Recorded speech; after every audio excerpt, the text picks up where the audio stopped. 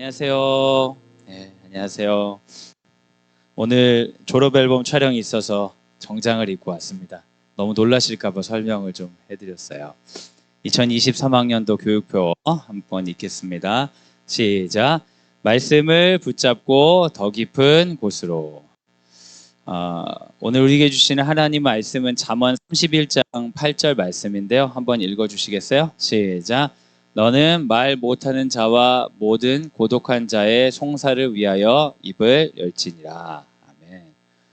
오늘은 장애인식 개선 교육인데요. 제목을 한번 읽어주시죠. 우리 회장 어머니 한번 이거 사진 한번 찍어주시겠어요? 이 제목 나오게. 어머니들 뒷모습 좀 나오게 우리가 교육을 했다는 걸 봐야 돼서. 제목을 같이 한번 읽어주세요. 시작. 장애는 개인적 문제인가 사회적 문제인가. 네, 이거 저한테 하나 보내주시면 학교에서 처리를 하겠습니다. 의무적으로 해야 되는 그런 계기 교육이 있거든요. 부모님께 또 해야 돼서요. 여러분 우리나라 지도인데요.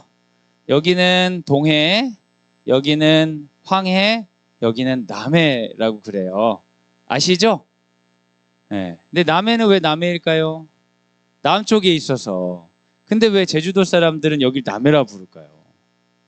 그런 생각 안 해보셨어요? 제주도 사람한테 여기가 남쪽일까요? 북쪽이죠? 그럼 제주도 사람들은 뭐라고 불러야 돼요? 북해라고 불러야 되잖아요. 근데 왜 제주도 사람들에게 북쪽인데 남해라고 부르죠? 내륙 중심으로 남해이기 때문에. 그렇죠? 우리는 동쪽이니까 동해지라고 생각하지만 일본 사람들은 동해라고 안 부른다면서요? 뭐라고 부른다 그래요? 뭐 모르셔도 되죠. 뭐 우리는 한국 사람이니까. 이쪽은 우리가 서해라고도 부르는데 황해라고 부르기도 해요. 근데 왜 황해라고 부르는지 아세요? 원래 서쪽 해가 갯벌이 많잖아요. 그 중국 쪽에는 황하 이쪽이어가지고 이제 흙탕물이 많이 올라와서 색깔이 황색이다. 그래서 황해라고 하는데 원래 중국 사람들이 황해라고 불러서 황해래요. 네. 우리는 근데 황해라고 잘 안 하죠. 서해라고 주로 하잖아요. 이쪽 황해 쪽 난 도로를 뭐라고 합니까? 네, 서로 서해 도로라고 하죠. 황해 도로라고 안 하잖아요. 근데 오피셜한 지도에서는 황해라고 쓰더라고요. 주로 주로 중국 입장에서 황해여서 황해인 거죠. 여기는 내륙 입장에서 남해니까 남해인 거예요. 제주도 입장에서는 북해인데 여기는 동해인지 일본인지 여전히 싸우고 있죠. 근데 아무리 생각해도 우린 동해인데 우리가 보기에 이 세상에 객관적으로 알려진 사실이라고 여겨지는 것들 중에 누군가의 입장을 대변한 경우가 상당히 있습니다. 제주도 사람들 입장에서는 우리 입장에서는 여기가 북쪽임이지만 남해라고 부르는데 어려움이 있을까 없을까요? 없어요. 왜냐하면 내륙 사람의 입장으로 이 바다를 바라보도록 이미 교육받았기 때문이죠. 그래서 이 사회 문화적으로 형성된 어떠한 사실은 특정인의 입장을 대변하는 것처럼 보이지만 그 입장에 서지 않은 사람들도 동의하는 경우가 많이 있어요.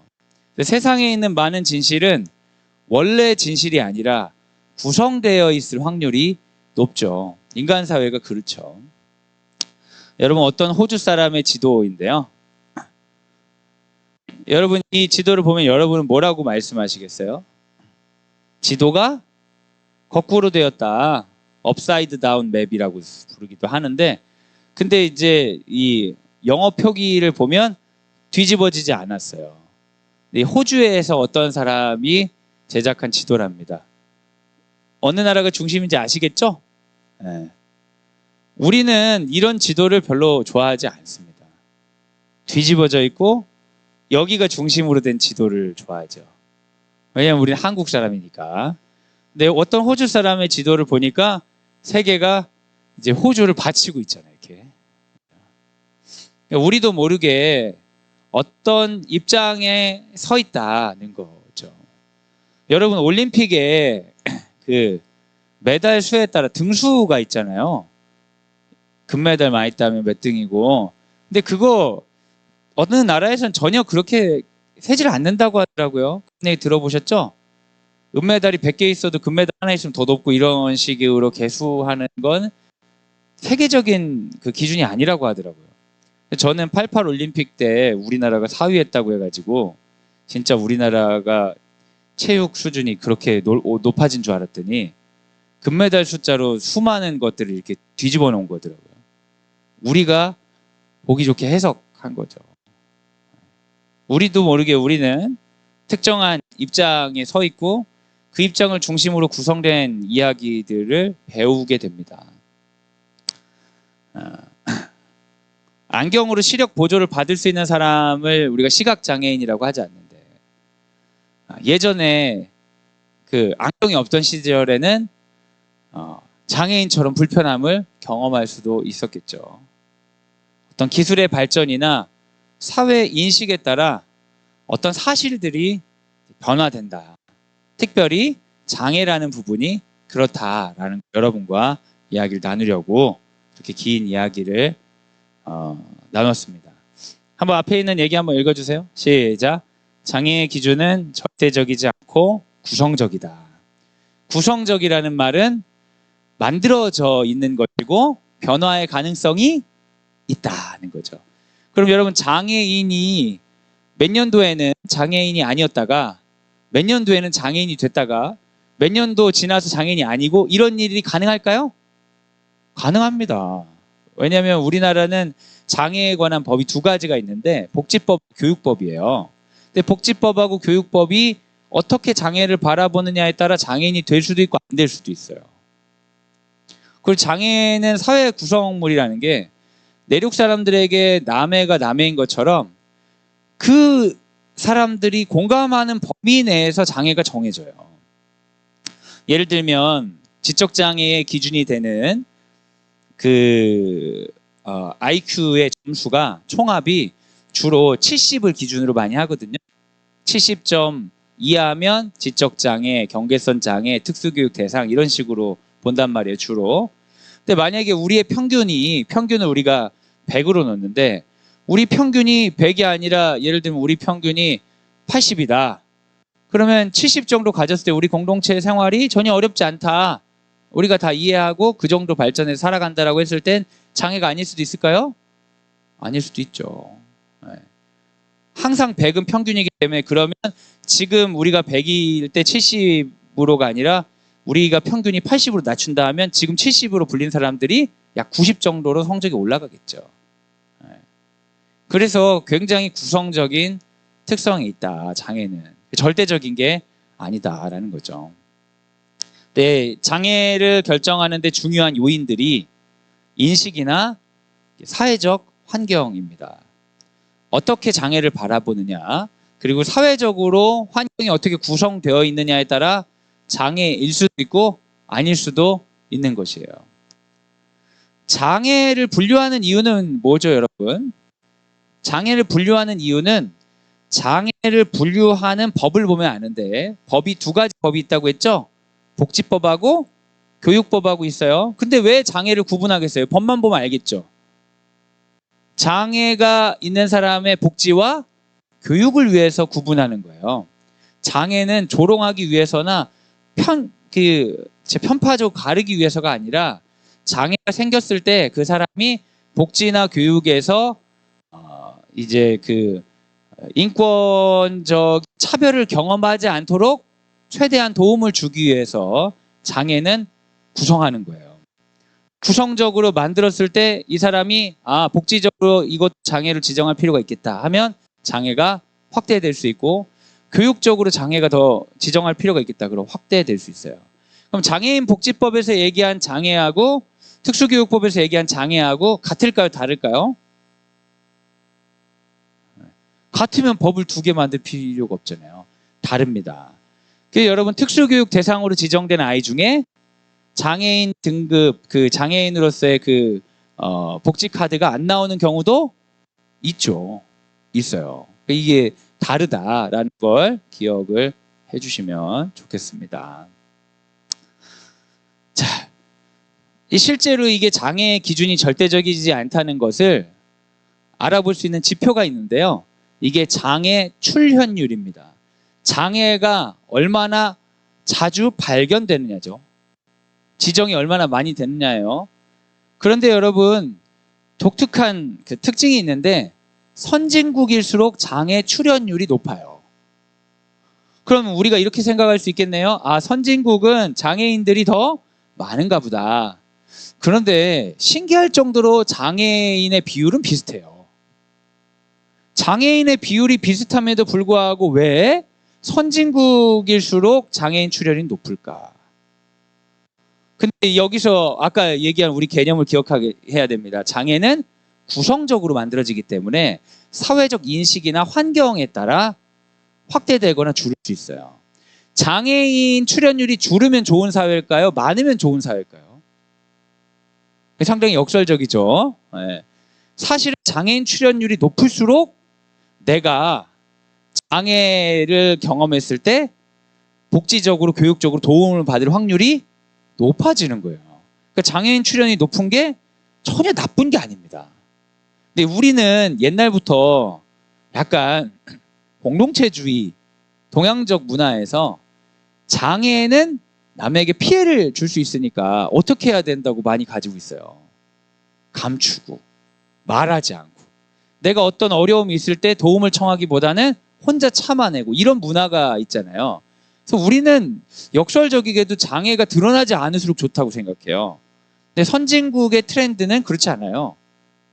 장애를 드러내도 인식이나 사회적 환경이 그걸 장애로 느끼지 않고 받아들이는 환경일수록 인간은 살기가 좋은 나라인 거예요. 그렇죠? 그러니까 여러분 가운데 어떤 어려움이 자녀 가운데 있다. 근데 그걸 말할 때 너무 수치심과 부끄러움을 느껴야 된다면 좋은 곳이 아닌 거죠. 어떤 어려움이 있을 때 대부분 안 경험하는 것 같은데 그 어려움을 얘기했을 때 공감해주고 그 어려움에 대해 사회가 어떻게 함께하는지 매뉴얼이 있는 사회일수록 좋은 사회죠. 네. 그래서 장애인 출현율이 높을수록 좋다. OECD 평균이 24.1%다. 영국, 프랑스, 독일, 호주 이런 데 다 미국 이런 데도 이렇잖아요. 한국 5.4. 한국은 장애인 출현율이 낮아요. 장애 자체가 적어서라고 사람들이 보진 않습니다. 장애는 비슷해요. 그 신기하죠.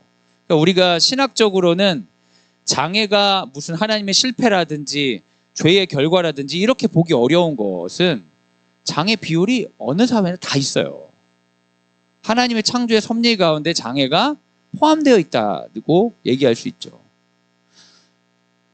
우리가 이제 정상 분포에서 3% 이쪽에 있는 걸 장애라고 한다면 이쪽에 있는 걸 어떤 영재, 기프트된 사람들이라고 얘기하는데 이런 사람들을 볼 때는 하나님의 창조 섭리를 찬양하고 이쪽을 볼 때는 하나님의 창조가 타락한 것처럼 죄가 있는 것처럼 얘기하지만 그건 굉장히 이제 선택적인 착각이죠. 하나님이 이쪽을 만드신 것처럼 이쪽도 만드신 거고 중앙도 만드신 거고 우리 모두 다 만드셨다고 하면 그 모든 거 안에 하나님의 계획이 있는 거라고 받아들이는 게 합리적이지 않겠습니까? 근데 우리나라 문화는 장애를 많이 감추고 그리고 특별히 장애를 개인적인 신체적이나 정신적인 어떤 그 어려움으로 해석하려는 경향이 많아요. 근데 여기는 그런 어려움들이 더 많아서 확대되냐? 그렇지 않습니다. 사회적 환경 가운데 경험하게 되는 장애도 법 가운데 장애로 지정해 주기 때문에 장애가 늘어나는 거예요. 예를 들면 미국에서는요 비만이 장애에 들어가요. 스스로 이제 내가 장애가 아닌가 하시겠는데 근데 여러분 여기서 말하는 이제 장애에 속한 비만이 있겠죠. 근데 비만이 무슨 장애냐? 살찐 거지. 지가 노력을 해야지. 근데 어느 정도의 비만은 사회적으로 도와야 된다는 합의가 있는 거예요. 그렇죠? 그럼 장애로 지정하고 복지적으로 교육적으로 돕는 거예요. 예전에 제가 장애를 배울 때만 해도 항구적인 어려움이어야 된다고 배웠어요. 그 질병과의 차이가 있다. 질병은 치유가 가능하지만 장애는 불가능하다. 이렇게 해서 항구적인 어려움만 장애여야 된다. 그리고 개인이 가진 신체적 한계나 정신적 어떤 항구적 어려움으로 지정했는데 이제 세계적인 트렌드는 그걸 좀 넘어서고 있어요. 장애에 대한 인식이 개인이 싸워야 되는 문제를 넘어서서 국가나 공동체가 함께 대처해야 되는 문제로 바라보면서 환경적으로 지정되는 장애들이 늘어나는 거예요. 근데 아직 우리나라는 개인의 장애만을 기준으로 생각하는데 스웨덴은 특이하게 의사소통이 어려운 외국 이민자도 사회적 장애로 지정해줘요. 이 사람이 외국 이민자로서 언어를 배우기에는 젊은이가 아니라서 어렵다. 이 사람은 이곳에서 항상 언어장애인처럼 살아야 된다고 했을 때 복지 서비스를 제공하는 거예요. 아까 장애를 지정하는 이유는 복지와 교육을 위한 건데 복지와 교육이 그 사람이 개인이 극복할 문제가 아니라 사회가 도와줘서 충분히 해야 된다라고 공감이 되면 장애로 지정해 주는 거죠. 미국에서 비만, 암, 에이즈, 알코올 중독 장애로 지정되어 있어요. 호주에서 당뇨가 장애예요. 여러분 당뇨로 고생하시는 분들 많으시죠? 근데 당뇨 우리나라에서 장애예요, 질병이에요? 질병이죠. 당뇨 합병증 때문에 뭐 다리를 잘라야 된다든지 어떤 어려움이 있을 때 장애가 되는 거지 당뇨 자체를 장애로 보진 않죠. 근데 사실 당뇨는 치료되기가 어렵죠. 네, 항구적으로 오랫동안 싸워야 되죠. 오랫동안 싸우면 비용이라든지 그 사람이 가지는 삶의 질 문제가 있는데 여기에 대해 이제 사회적 합의가 되면 이것을 장애로 지정하고 복지적으로 돕는 거죠. 이처럼 장애는 보는 관점에 따라 달라집니다. 왜 선진국이 장애 출현이 높은지 아시겠죠? 장애를 개인의 문제로 보는 관점과 사회에서 함께 싸워야 하는 관점으로 보는 것은 매우 다를 수 있습니다. 근데 우리는 개인의 문제로 보는 경향이 강해요. 장애뿐만 아니라 모든 문제를 네가 책임져야지. 어떤 상황인데요. 그 지체장애가 있는 분이죠. 그 휠체어를 타고 식당을 가야 되는데 여기는 이제 계단으로 돼 있어서 접근이 불가능하고 여기는 램프가 있어서 접근이 가능합니다. 근데 여러분 여기서 장애를 개인적인 문제로 본다면 이 사람에게 사람들이 기대하는 건 두 가지예요. 하나는 장애를 개인의 능력과 의지력을 극복하는 것. 그리고 또 한 가지는 장애에 대한 깊은 동정과 공감을 받는 거예요. 그러니까 장애는 두 가지 감동 스토리가 항상 있는 거예요. 그 사람이 장애에도 불구하고 이걸 극복해냈습니다나 그 사람은 장애 때문에 너무나 불쌍합니다. 어쨌든 장애 앞에 서면 다 눈물을 흘려야 되는 게 장애를 개인의 문제로 보는 사회적 맥락이죠. 그러니까 이 사람이 식당에 가고 싶지만 이런 어려움 때문에 난 어떻게도 갈 거야. 그래가지고 휠체어에서 내려가지고 막 바닥에 질질 끌면서라도 식당 문을 열고 막 들어가는 걸 봐. 그럼 사람들이 막 너무 대단하다. 아니면은 이 사람이 식당에 들어가고 싶은데 사람들이 계속 식당에 들어가지만 혼자 들어가지 못해서 앉아 있는 그 모습을 사람들이 보면서 어떡해. 보통 사람이 아니고 이상한 사람을 보는 거예요. 근데 그렇게 개인의 극복 스토리를 기대하거나 아니면 사회적 동정을 보지 않고 어떤 시설 때문에 이 사람이 자유롭게 접근할 수 있다면 그러면 이 사람을 특별하게 극복을 해야 되거나 아니면 동정 어린 시선으로 보지 않고 그냥 사람으로 대할 수 있지 않을까요? 그렇게까지 살아야 되나 우리가? 남들이 나의 어려움을 극복하는 것을 보여주는 삶을 살거나 아니면 남들부터 동정을 받으면서 살아야 되나? 그냥 살면 안 되나? 왜 우리는 자유롭게 살고 싶으면서 어떤 특정 어려움에 대해서는 그런 걸 기대하느냐? 그것을 책임져야 되는 그 시선을 들어야 되는 개인에게는 그리고 그 개인에 속한 가족들에게는 너무 큰 짐이 되는 거예요. 장애는 개인이 극복하거나 동정받아야 하는 것인가? 사회가 함께 싸워야 하는 문제일 수는 없는가? 이런 질문을 하는 순간 우리의 시선이 달라지죠. 장애인들이 엄청 착할 거라고 생각하는 사람도 있어요. 엄청 짜증나는 시선이죠. 장애인이 착한 게 왜 그게 무슨 연관성이 있어요? 장애인들은 순수하고 착할 것 같다고. 진짜 사랑부 친구들, 발달장애인들이 많이 있는 시설로 아이들이 봉사활동 예전에 좀 갔었어요. 경진 학교. 그럼 제가 장애인식 개선교육을 하고 보냅니다. 저는 이 여학생들한테 질문해요. 만약에 장애가 있는 남자아이가 와가지고 너의 가슴 만지면 어떡할래? 그 애들이 경악을 해요. 에? 진짜 그런 일들이 있기 때문에 하는 얘기예요. 장애인들은 착하고 순수하고 내가 봉사하면 다 받아주고 그런 개소리가 어디 있습니까, 여러분? 사람은 다 이기적이지.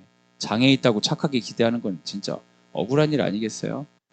사람을 사람으로 대하고 사람을 그 특성으로 대해서 잘 도와야지, 도우려면.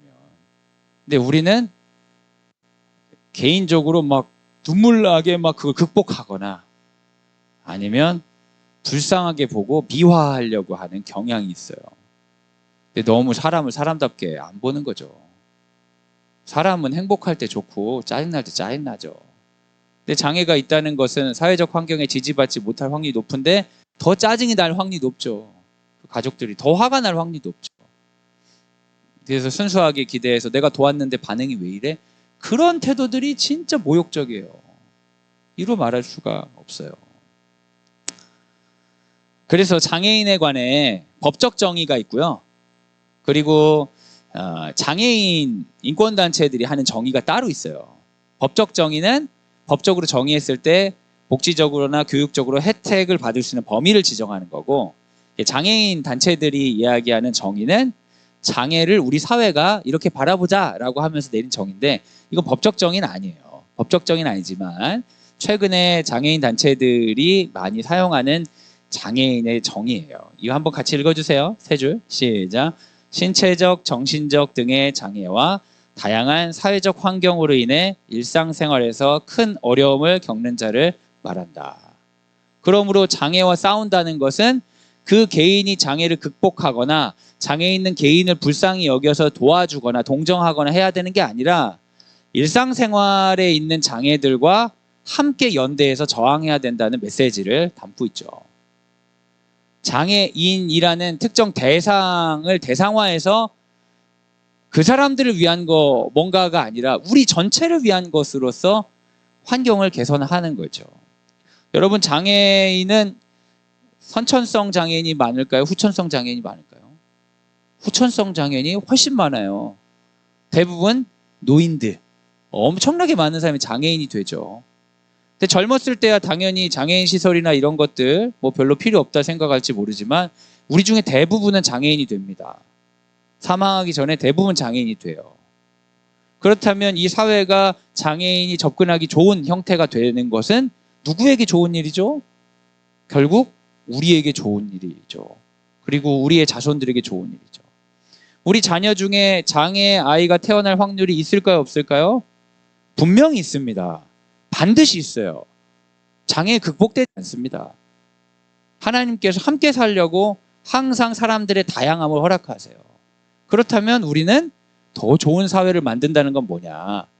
장애와 비장애가 함께 있는 걸 눈치채지 못할수록 좋은 거죠. 우리가 되게 좋은 사회가 된 지표는 뭐냐? 장애 출연율이 많아지고 그 장애 출연율 때문에 도움을 받는 사람들이, 복지적 혜택이나 교육적 혜택을 받는 사람들이 특별히 차이를 적게 느낄수록 좋은 사회인 거죠. 근데 사실 복지라는 개념이 가난한 나라에는 없어요. 좋은 나라들이니까 우리가 이런 얘기를 할 수 있습니다. 근데 여러분, 이런 얘기를 할 때 갑자기 아이고 제 배가 불렀다, 배가 불렀어, 전쟁통에는 말이야, 이런 거 이렇게 대답하면 되겠어요, 안 되겠어요? 우리가 후진되자고 이런 교육을 하는 게 아니잖아요. 더 좋은 세상을 만들자고 하는 거죠.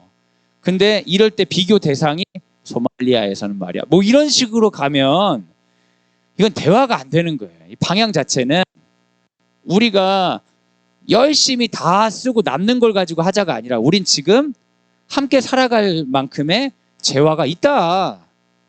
우리 한국 사회는 이런 교육을 받을 만한 사회다라고 생각하기 때문에 국가가 이런 교육을 하자는 거예요. 이런 교육을 여러분 아주 가난한 나라에서 하겠냐고요. 장애인식 개선 교육을. 안 하죠. 오히려 위생교육하고 취직교육하고 이런 거 하죠. 근데 우리 사회가 이것을 국가적으로 전부 다 이런 교육을 하자는 거는 우리는 지금 나눌 수 있는 입장이 되어 있다.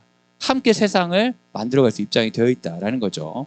그러니까 이런 걸 할 때 저항하려고 아주 극단적인 걸 꺼내와서 저항하시면 안 돼요. 그거는 진짜 말 안 통하는 사람 되는 거예요. 아주 또라이 되는 거예요. 요즘 같은 때. 네. 잠언 31장 8절 같이 한번 읽어주세요. 시작. 너는 말 못하는 자와 모든 고독한 자의 송사를 위하여 엽을 외치니라. 옛날의 성경에서도 장애를 사회적 문제로 보고 있어요. 말 못하는 자는 신체 장애죠. 고독한 자는 사회적 장애예요. 법정에 나갔을 때 자기를 충분히 변호할 수 없는 경우가 있는데 그 사람이 신체적, 정신적 장애가 있거나 사회적 장애가 있어서 법정에서 정당하게 자기를 드러낼 수 없는 사람이 있으면 너는 어떻게 하라는 거예요? 네 입을 열어라. 그러라고 너에게 입을 줬다는 거예요. 장애에 대한 장애신학적인 입장은 명확해요. 누군가가 장애에 있는 이유는 함께 살라고 장애를 허락하신 거예요. 그 사람이 입이 없어서 말을 못한다면 네 입을 열어라. 그 사람이 사회적 문제로 고립되었다면 네가 손을 잡아줘라. 같이 살으라고 다양함을 준 거죠. 그러니까 우리가 이제 유전자 지도도 이제 발견되고 좋은 유전자를 합성해가지고 좋은 우성 인자를 만들 수 있을 거라는 꿈을 막 꾸는 이 시대에 아주 영재들만 만들면 좋겠거니 생각하겠지만 하나님께서 우리에게 원하시는 바는 그렇지 않아요. 하나님께서 우리에게 원하시는 바는 함께 사는 거예요. 그래서 완벽한 사람이 없어요, 여러분. 저 사람 진짜 완벽한 것 같아? 안 그래요, 여러분. 저 사람 완벽하지 않은 부분이 분명히 있어요. 그리고 그 사람의 완벽함은 어쩌면 함께 사는데 불리한 걸 수 있어요. 하나님이 보시기에 아름다운 것은 예수 그리스도를 머리로 각 지체들이 다양한 역할을 하는 거예요. 그래서 강함과 약함이 모두 다 인정이 돼야죠. 우리 모두 다 더 성장하기 위해서 노력해야 되는 건 맞습니다. 하지만 그 노력의 방향은 특정한 기준 안에서 누군가보다 이기기 위해서가 아닙니다. 각자 최선을 다해 헌신했을 때 이 세계의 주인 되신 하나님께 헌신하기 위한 거죠. 함께하기 위한 거예요. 함께 입을 열어라. 함께 인간의 장애를 위해 연대하라. 이게 그 옛날 성경에 있어요, 여러분. 그 가난하고 매일 새끼도 못 먹던 그 옛날 사람들이 하나님을 믿으니까 이런 얘기를 듣는 거예요. 그 당시에 하나님 믿지 않는 민족들에게 이런 말 없어요. 다 동해보복법이죠. 빼앗겼으면 뺏어라. 다 그런 거죠.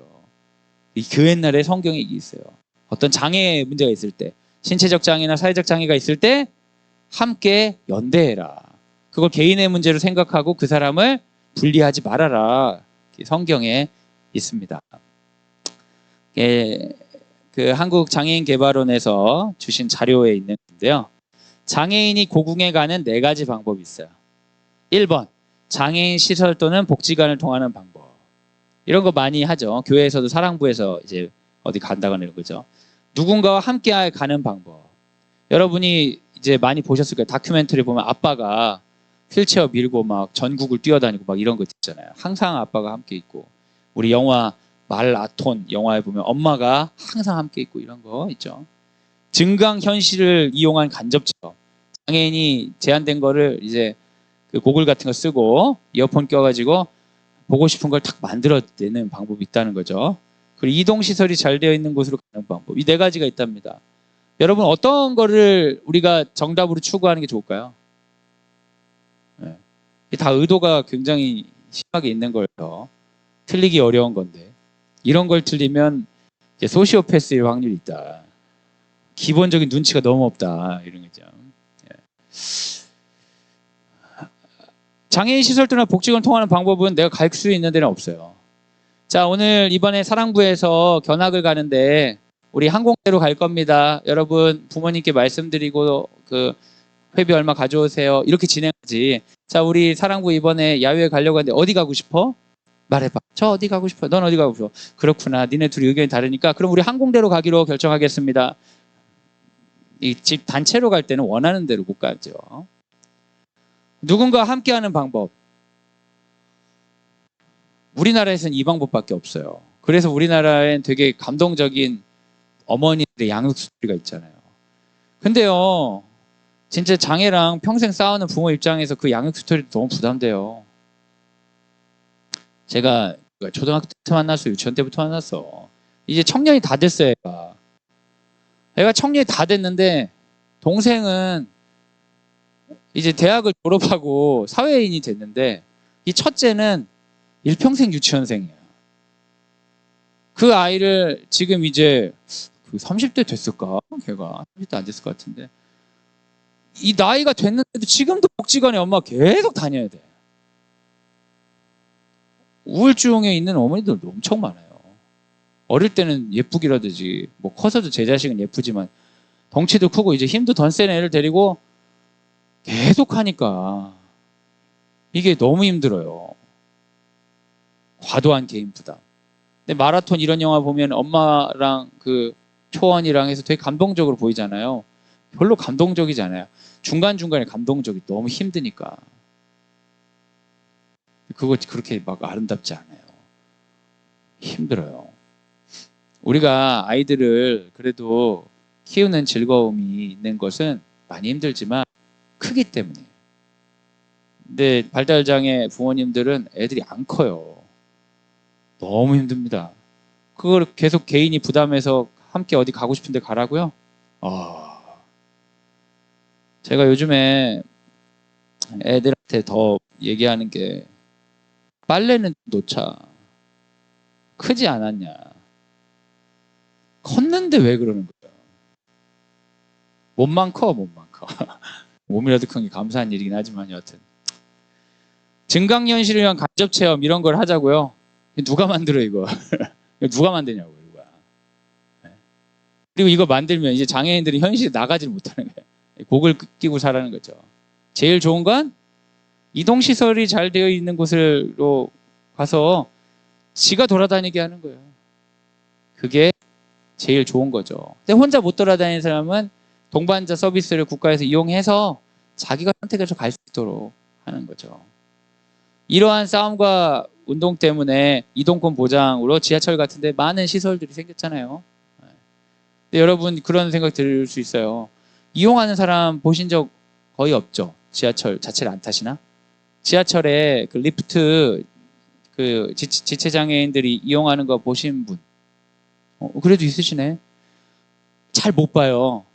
근데 그거 시설 설치 비용이나 이런 거 생각하면 아유 이거 쓰는 사람인데 그냥 저 돈이면 그냥 막 이런 생각 하실 수 있는데 근데 그거는 우리가 사회를 선진화할 거냐 아니면 계속 효율할 거냐 이 문제예요. 효율적인 관점에서 보면은 인권이고 뭐고 그런 거 다 집어쳐야죠.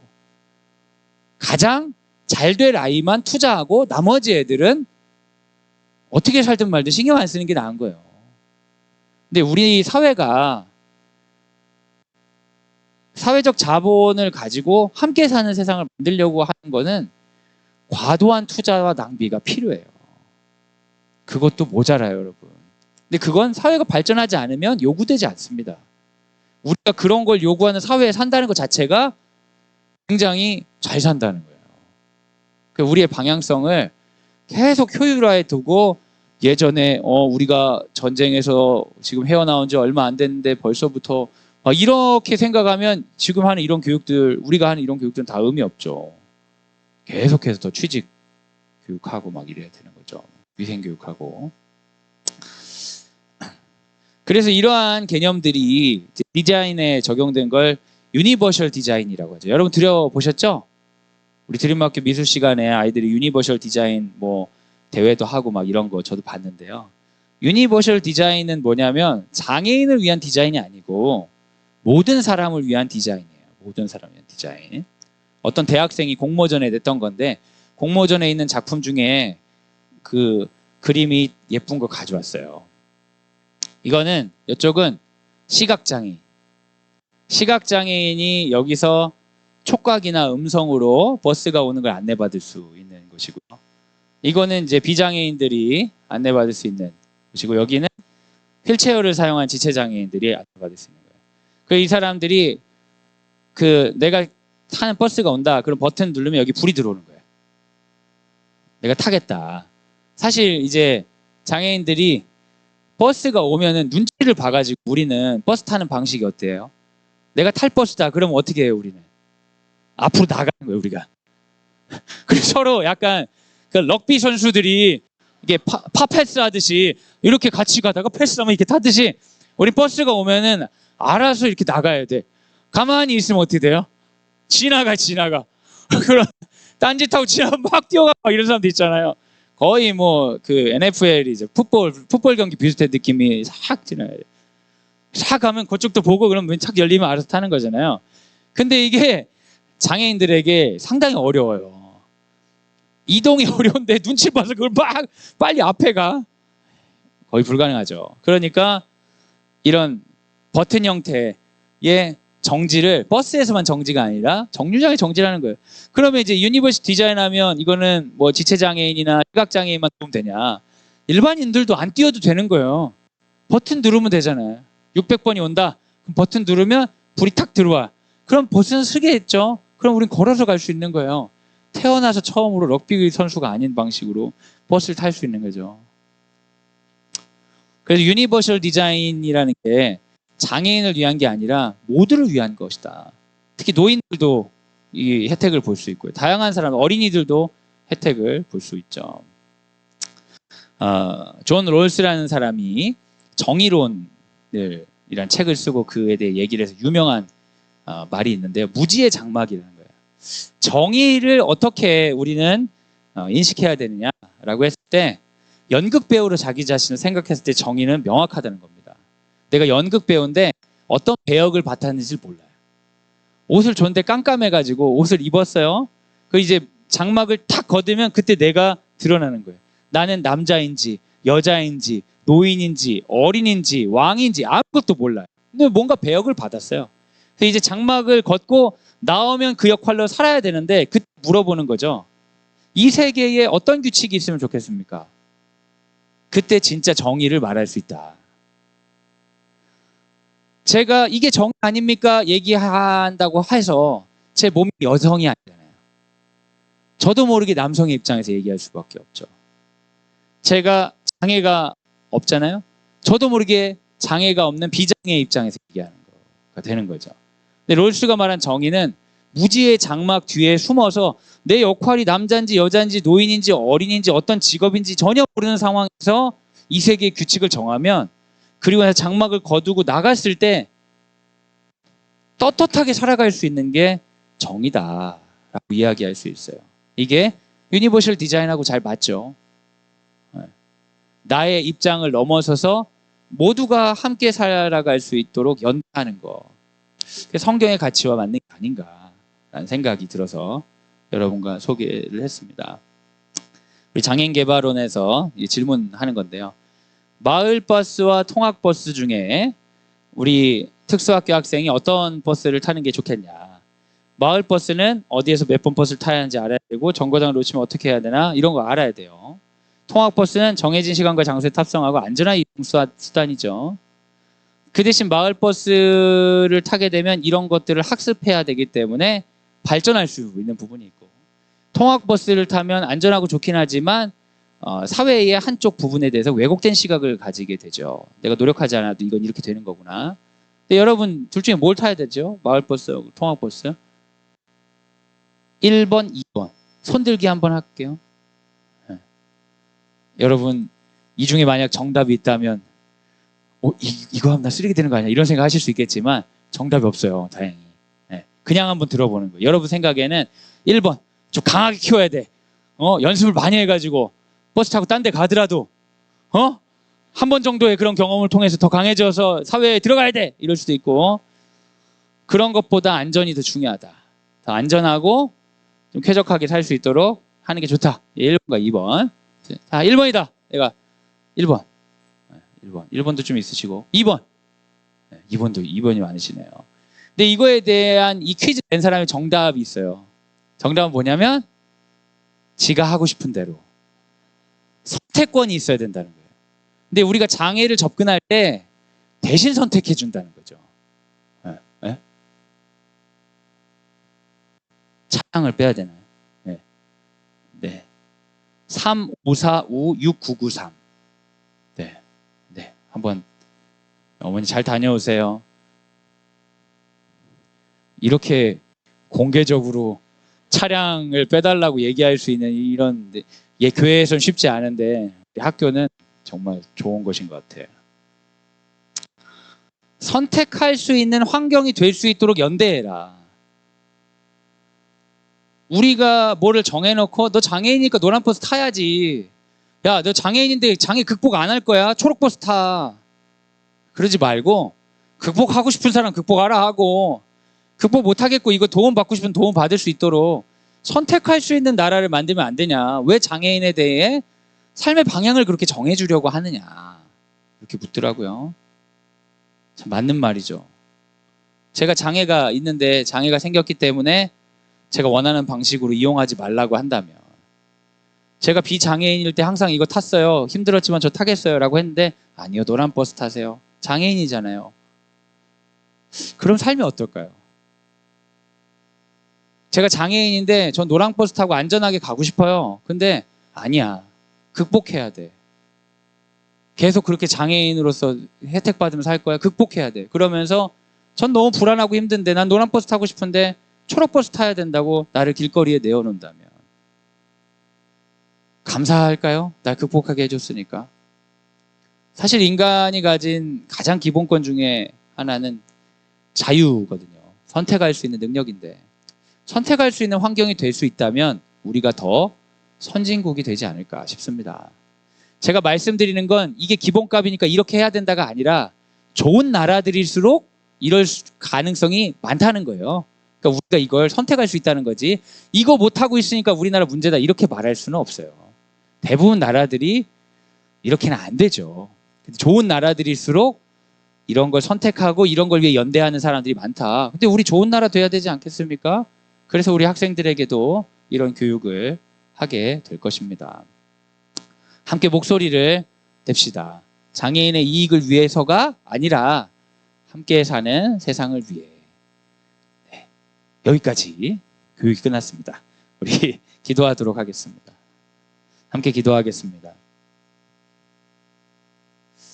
우리 함께 기도할 때 오늘 메시지를 생각하면서 우리 지인에게 장애를 바라보는 관점이 어떠했는지 돌아봅시다. 우리가 생각하는 장애인은 장애인 복지법에 장애로 등록된 사람일 텐데요. 사실은 장애인 복지법에 등록되지 않은 사람 중에서도 장애를 경험하는 사람들이 많이 있습니다. 그 장애를 우리는 어떻게 바라보고 있는가? 말을 할 수 없는 사람이나 고독하여져서 자기에 대해 변명할 수 없는 사람을 위해 입을 열어야 된다는 생각을 우리는 하고 있었는가 한번 돌아보면서 하나님, 우리가 자유롭고 함께 살아가는 세상을 살아갈 수 있도록 저를 사용하여 주옵소서. 우리가 그렇게 연대하는 학부모 되게 하여 주옵소서. 이 시간 함께 기도하도록 하겠습니다. 같이 기도하겠습니다.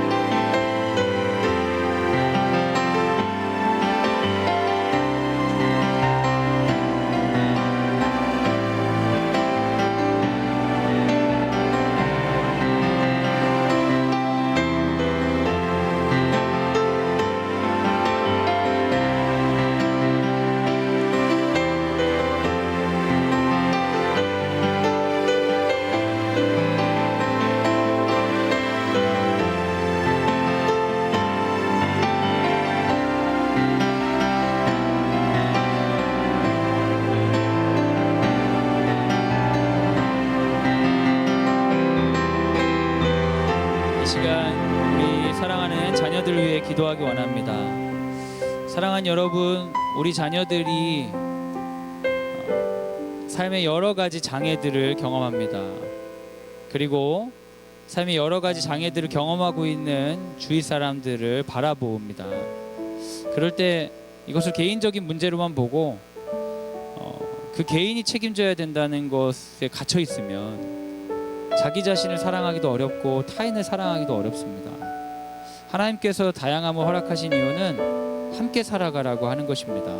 함께 불편함을 감수해서 연대하라는 것인데, 우리 학교를 통하여 연대의 삶을 배울 수 있도록 우리 자녀들을 위해 기도합시다. 사랑하는 아들과 딸들이 여러 가지 갈등과 어려움을 통해 하나님께서 이 세계를 바라보는 관점들 배워나갈 수 있도록 인도하여 주시옵소서. 우리가 아들과 딸 그리고 교실을 축복하면서 시간 함께 기도하도록 하겠습니다. 함께 기도하겠습니다.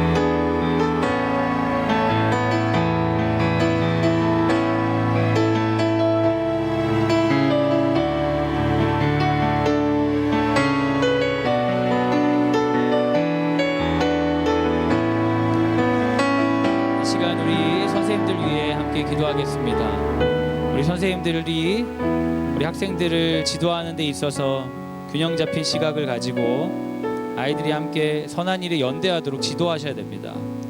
하지만 우리 아이들의 다양한 욕구들 그리고 개인적인 어떤 성향으로 인하여서 선생님들이 중심을 잡기가 참 어렵습니다.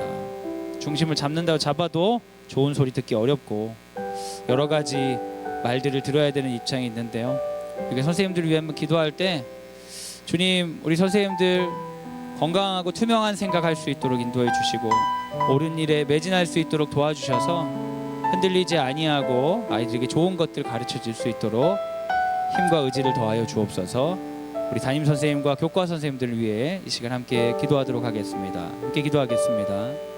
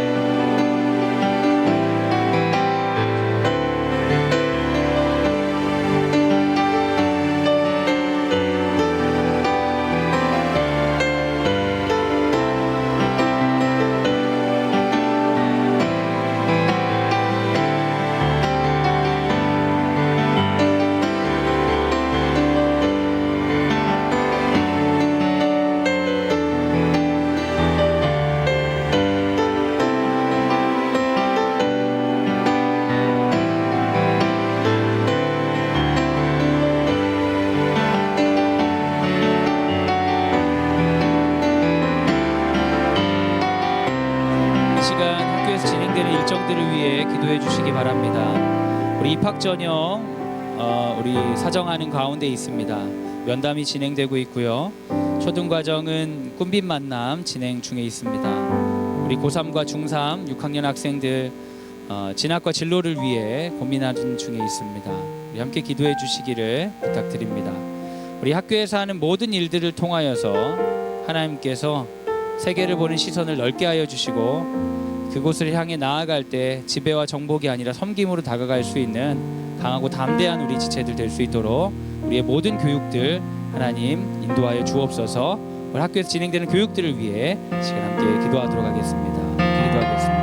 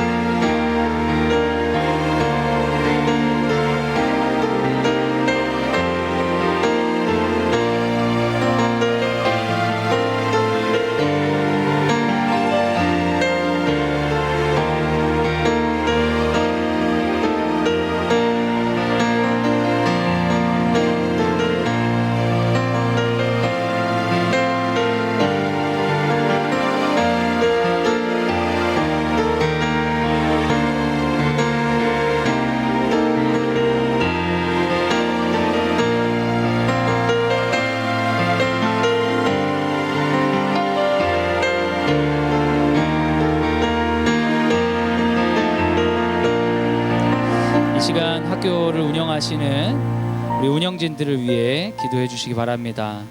우리 재단 교회인 거룩한 빛 광성교회 운정교회의 담임 목사님들과 당회원님들, 우리 이사회, 학교 운영위원회를 비롯하여 교장 선생님, 교감 선생님, 행정실장님, 처장님, 행정팀, 관리팀, 미화팀, 조리팀, 각 운영 지체들이 말하고 선포하는 것뿐만 아니라 원리 가운데서도 하나님 기뻐하시는 원리로 진행될 수 있도록 하나님 인도하여 주옵소서. 특별히 재단에서 함께 연합해서 추진하는 제3세계 인재양성 사역이 있습니다. 그 사역 가운데 하나님 은혜를 더하여 주셔서 건강한 재단이 건강한 사역들 감당할 수 있도록 인도하여 주시옵소서. 우리 운영하는 주체들을 위해 이 시간 함께 기도하도록 하겠습니다. 함께 기도하겠습니다.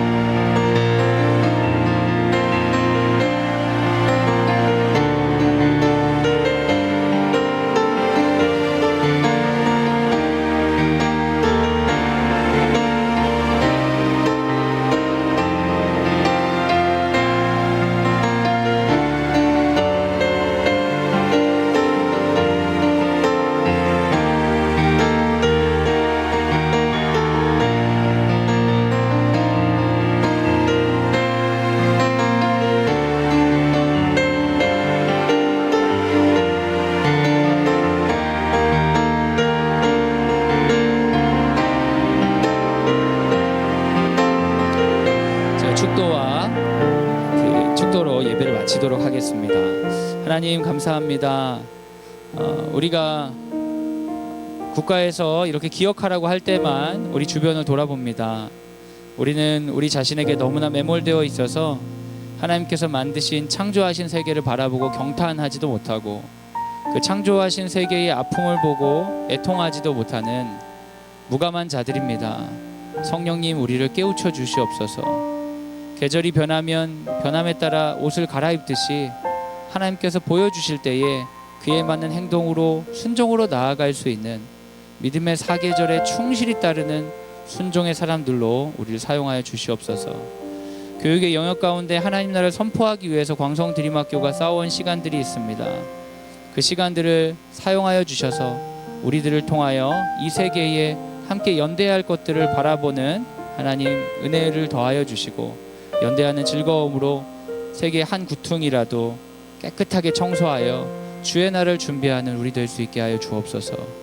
이제는 예수 그리스도의 은혜와 하나님의 사랑과 성령의 교통하심이 주의 말씀을 듣고 장애를 함께 연대하는 마음으로 바라보겠습니다. 다짐하는 사랑하는 광성드림학교 모든 식구들 위해 지금부터 영원까지 함께 하시기를 간절히 축원하옵나이다. 아멘.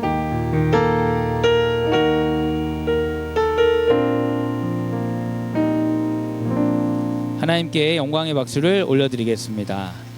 간단하게 광고를 드리면 지난 추수감사 예배에서 헌금이 320만 원 나와서 그 320만 원 전액을 우리 말씀드린 사용처에 기부하도록 하겠습니다. 그리고 제3세계 인재양성 사역이 이사회에 통과가 되어서 새 학생 중에 스네아라는 여학생이 선정이 되었습니다. 현재까지 홈스테이를 하겠다는 가정이 약 9가정 정도, 그리고 또 후원에 동참하겠다는 한 가정이 약 40가정 정도 이렇게 이제 나오셔서 충분히 한 학생을 기도로 잘 양육할 수 있는 준비가 되었습니다. 너무 감사한 일이죠. 박수 한번 할까요? 네. 이제 올해가 마무리되고 내년에는 그 학생과 그 어머니 그러니까 한번 와서 이곳에 정착할 수 있는 과정도 겪고요. 홈스테이도 정하고 할 텐데, 초기 이제 정착 비용도 필요하고 하니까 아마 후원 그 자체는 그 전에 시작이 될 것으로 보입니다. 그래서 후원하시기로 그 마음으로 또 약속해 주신 분들 또 함께 기도하면서 준비해 주시기를 부탁드리겠습니다. 네, 감사합니다. 다음 주에 뵙겠습니다.